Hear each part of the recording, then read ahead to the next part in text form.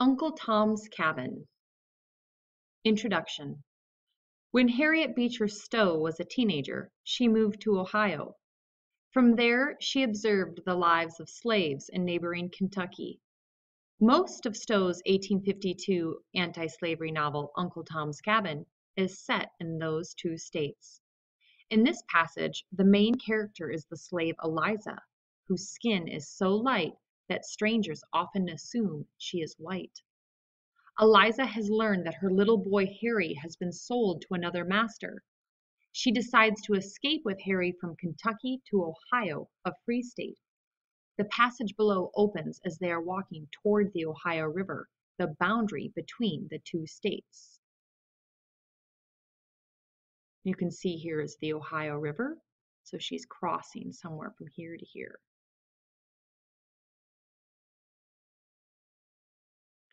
Uncle Tom's Cabin. After a while they came to a thick patch of woodland, through which murmured a clear brook. As the child complained of hunger and thirst, she climbed over the fence with him, and sitting down behind a large rock which concealed them from the road, she gave him a breakfast out of her little package.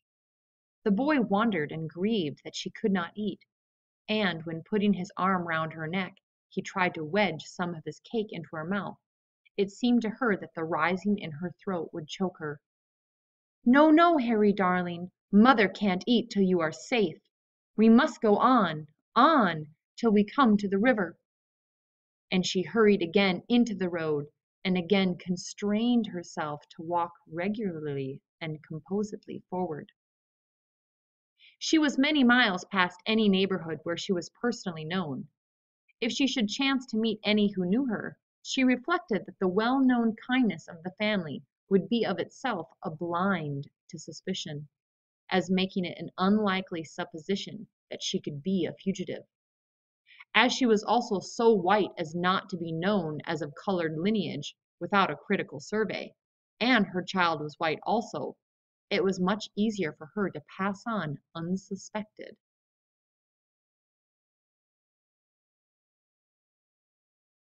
On this presumption, she stopped at noon at a neat farmhouse to rest herself and buy some dinner for her child and self.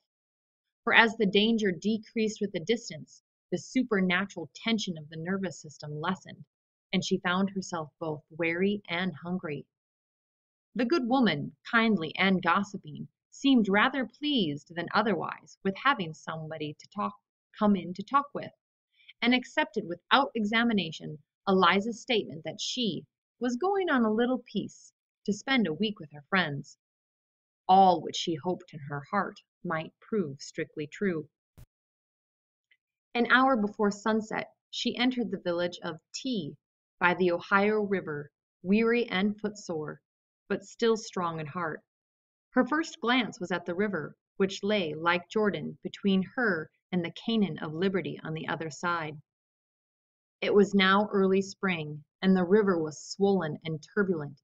Great cakes of floating ice were swinging heavily to and fro in the turbid waters. Owing to the peculiar form of the shore on the Kentucky side, the land bending far out into the water, the ice had been lodged and detained in great quantities, and the narrow channel which swept round the bend was full of ice, piled one cake over another, thus forming a temporary barrier to the descending ice, which lodged and formed a great undulating raft, filling up the whole river and extending almost to the Kentucky shore.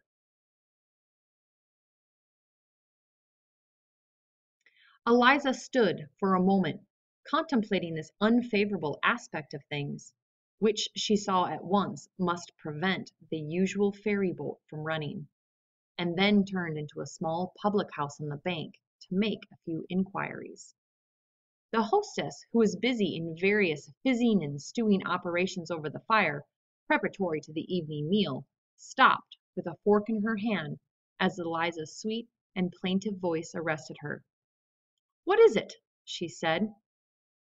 "Isn't there any ferry or boat that takes people over to B now?" she said. "No, indeed," said the woman. "The boats has stopped running." Eliza's look of dismay and disappointment struck the woman, and she said inquiringly, "Maybe you're wanting to get over. Anybody sick? You seem mighty anxious." "I've got a child that's very dangerous," said Eliza. "I never heard of it till last night, and I've walked quite a piece today in hopes to get to the ferry." "Well, now, that's unlucky," said the woman, whose motherly sympathies were much aroused. "I'm really concerned for ye.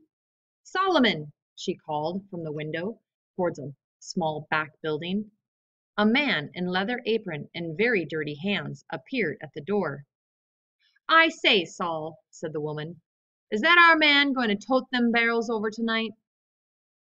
"He said he should try, if 'twas any way prudent," said the man. "There's a man apiece down here that's going over with some truck this evening, if he dares to. He'll be in here to supper tonight, so you'd better set down and wait." "That's a sweet little fellow," added the woman, offering him a cake. But the child, wholly exhausted, cried with weariness. "Poor fellow, he isn't used to walking, and I've hurried him on so," said Eliza. "Well, take him into this room," said the woman, opening into a small bedroom where stood a comfortable bed. Eliza laid the weary boy upon it and held his hands in hers till he was fast asleep. For her there was no rest. As a fire in her bones, the thought of the pursuer urged her on, and she gazed with longing eyes on the sullen, surging waters that lay between her and liberty. It was about 3/4 of an hour after Eliza had laid her child to sleep in the village tavern that the party came riding into the same place. Eliza was standing by the window, looking out in another direction, when Sam's quick eye caught a glimpse of her. Haley and Andy were 2 yards behind. At this crisis, Sam contrived to have his hat blown off and uttered a loud and characteristic cry, which startled her at once. She drew suddenly back.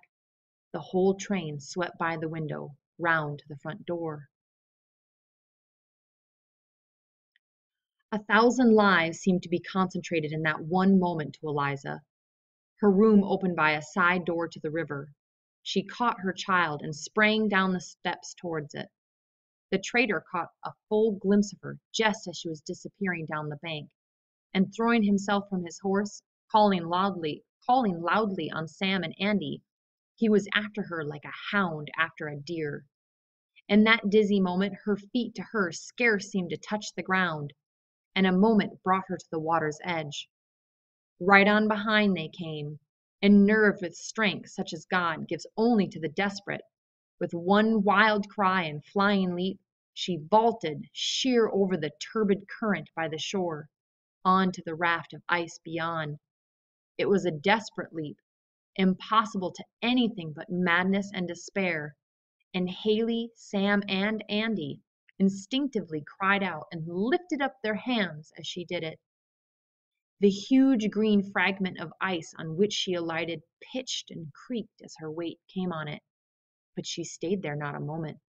With wild cries and desperate energy she leaped to another and still another cake, stumbling, leaping, slipping, springing upwards again. Her shoes are gone, her stockings cut from her feet, while blood marked every step, but she saw nothing, felt nothing, till dimly, as in a dream, she saw the Ohio side and a man helping her up the bank.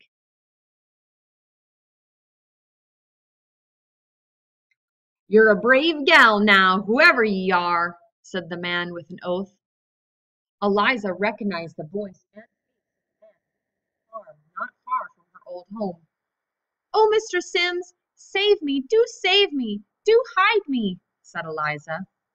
"Why, what's this?" said the man. "Why, if 'tain't Shelby's gal!" "My child, this boy, he'd sold him. There is his massa," she said, pointing to the Kentucky shore.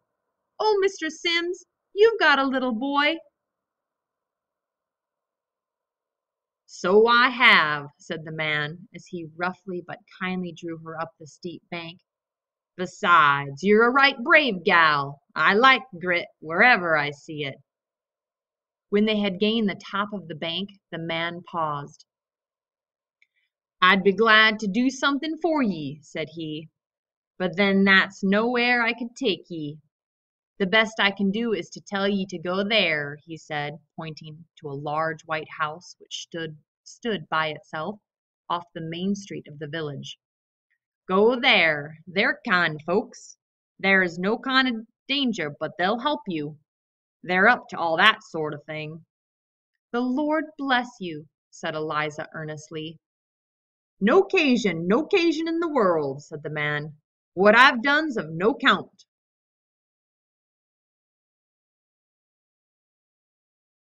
"And oh, surely, sir, you won't tell any one." "Go to thunder, gal! What do you take a feller for? In course not," said the man. "Come now, go along like a likely, sensible gal as you are. You've 'arnt your liberty, and you shall have it, for all me." And then down below are words that in bold with the definition while we were reading. So you can use your sheet while I'm reading this to you to look at what these words mean.